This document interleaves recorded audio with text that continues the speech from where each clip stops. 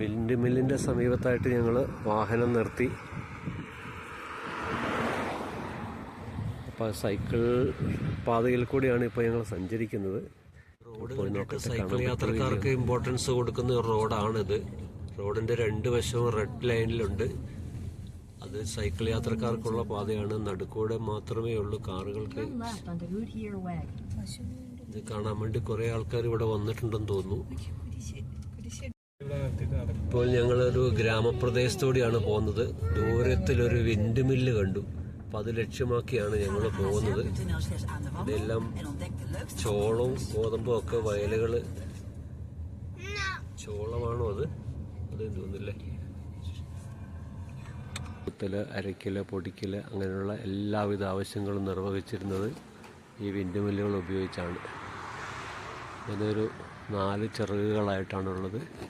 Canvas തുണികളോ എന്തോ കെട്ടിയിരിക്കുകയാണ് കാറ്റ് കിട്ടാൻ വേണ്ടിയിട്ടുള്ള ആ വിൻഡിൽ.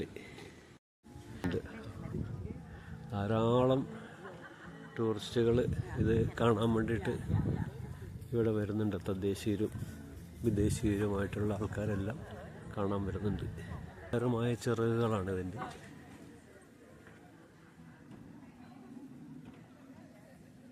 ഇവിടെ ഞങ്ങൾ ഇതിൻ്റെ ഉള്ളിൽ ഒന്ന് മെഷീൻ ഉപയോഗിച്ച് പൊടിച്ച് വെച്ചിരിക്കുന്ന സാധനങ്ങളാണ് ഇതൊക്കെ.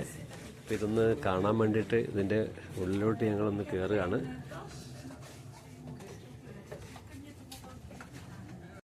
ഇതാണ് വിൻഡ് മില്ലിൻ്റെ ഉൾഭാഗം.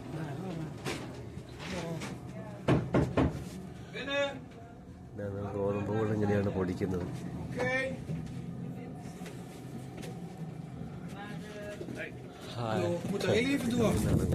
മാറ്റമാണ്.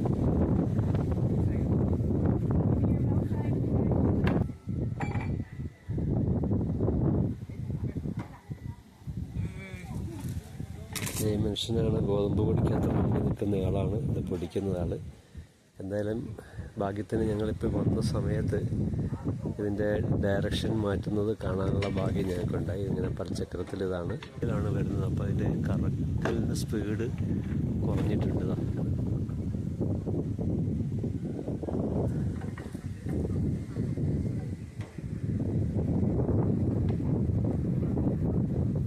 ിലധികം വർഷങ്ങൾക്ക് മുമ്പുള്ള ഒരു സാങ്കേതിക വിദ്യയാണെന്ന് ഓർക്കണം ഇത്.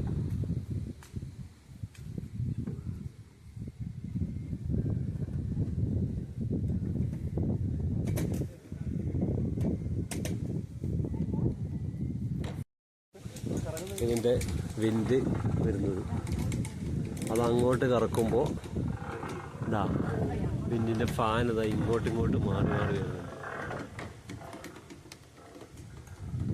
ഇപ്പോൾ ഇവിടെ അടുത്തോട്ട് ഈ ഡയറക്ഷനിലേക്ക്.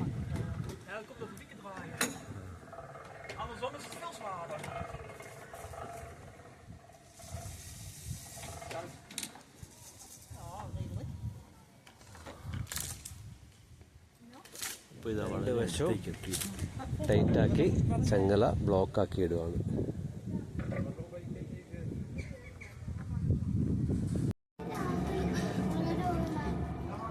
അതാണ് ഇതിനകത്ത് മെഷീനിൽ കൂടി പൊടിഞ്ഞു വരുന്നത് എങ്ങനെയാണ്.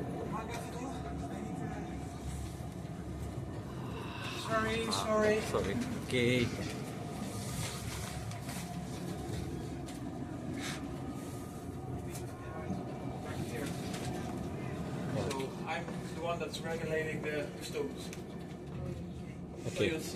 ഓക്കേ. ഓക്കെ. അപ്സ്റ്റെയറിൽ കയറിയിട്ട് ഇതിൻ്റെ ബാക്കി കാര്യങ്ങൾ കണ്ടോളാൻ ഞങ്ങൾക്ക് പെർമിഷൻ തന്നു. അപ്പോൾ ഞങ്ങൾ വീണ്ടും ഇതിൻ്റെ മുകളിലേക്ക് കയറുകയാണ്. ഗ്രൈൻഡ് ചെയ്യുന്ന സ്റ്റോണൊക്കെ ഫിറ്റാക്കിയിരിക്കുന്നത് മുകളിലാണ്.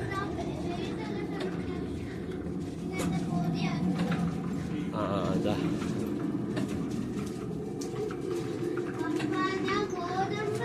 ആ വലിയ ഫാന് വർക്ക് ചെയ്യുമ്പോൾ ഈ പൽച്ചക്രം ഇങ്ങനെ കറങ്ങും. വൈദ്യുതി ഇല്ലാതെ എങ്ങനെ കൈ കൊണ്ടുപോരുതേ. വലിയൊരു ഷാഫ്റ്റ് ഇങ്ങനെ നിൽക്കുന്നുണ്ട്.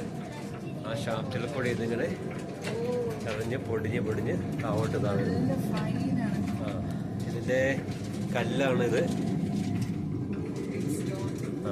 നല്ല സോഫ്റ്റ് ആയിട്ടുള്ള പൊടിയാണ് നമുക്ക് കിട്ടുന്നത്. നല്ല പൊടി, സോഫ്റ്റ് പൊടി ആണ്. ഗോതമ്പ് അതിനകത്തിട്ടു. ഈ അറയിലേക്കാണ് ചാക്കിടുന്നത്. ഈ സീനൊക്കെ ഒരു അപൂർവമായ രംഗമാണ് കേട്ടോ.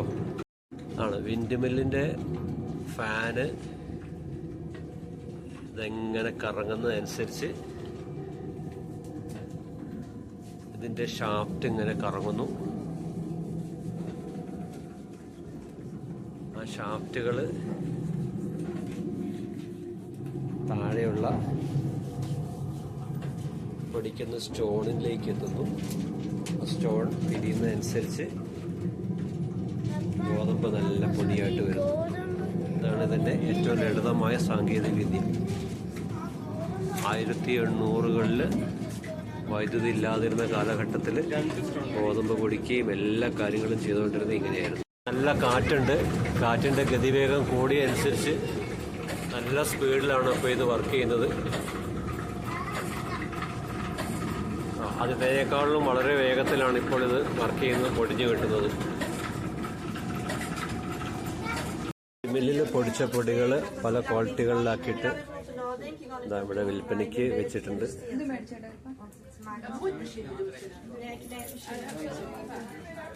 അർബാന ഇപ്പോൾ ഉപയോഗിക്കുന്നു. 1800-കളിൽ ഇവിടെയുള്ളൊരു അർബാനയാണിത്.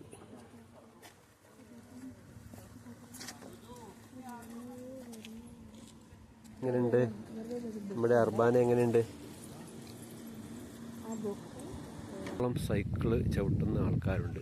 ഒരു കുന്നും മലയും കയറി ഇറങ്ങി സൈക്കിള് ചവിട്ടാൻ വേണ്ടിയിട്ടാണ് വരുന്നത്. വിൻഡ് മില്ലിനോട് യാത്ര പറഞ്ഞ് ഞങ്ങൾ അടുത്ത സ്ഥലത്തേക്ക് പോവുകയാണ്. ബൈ.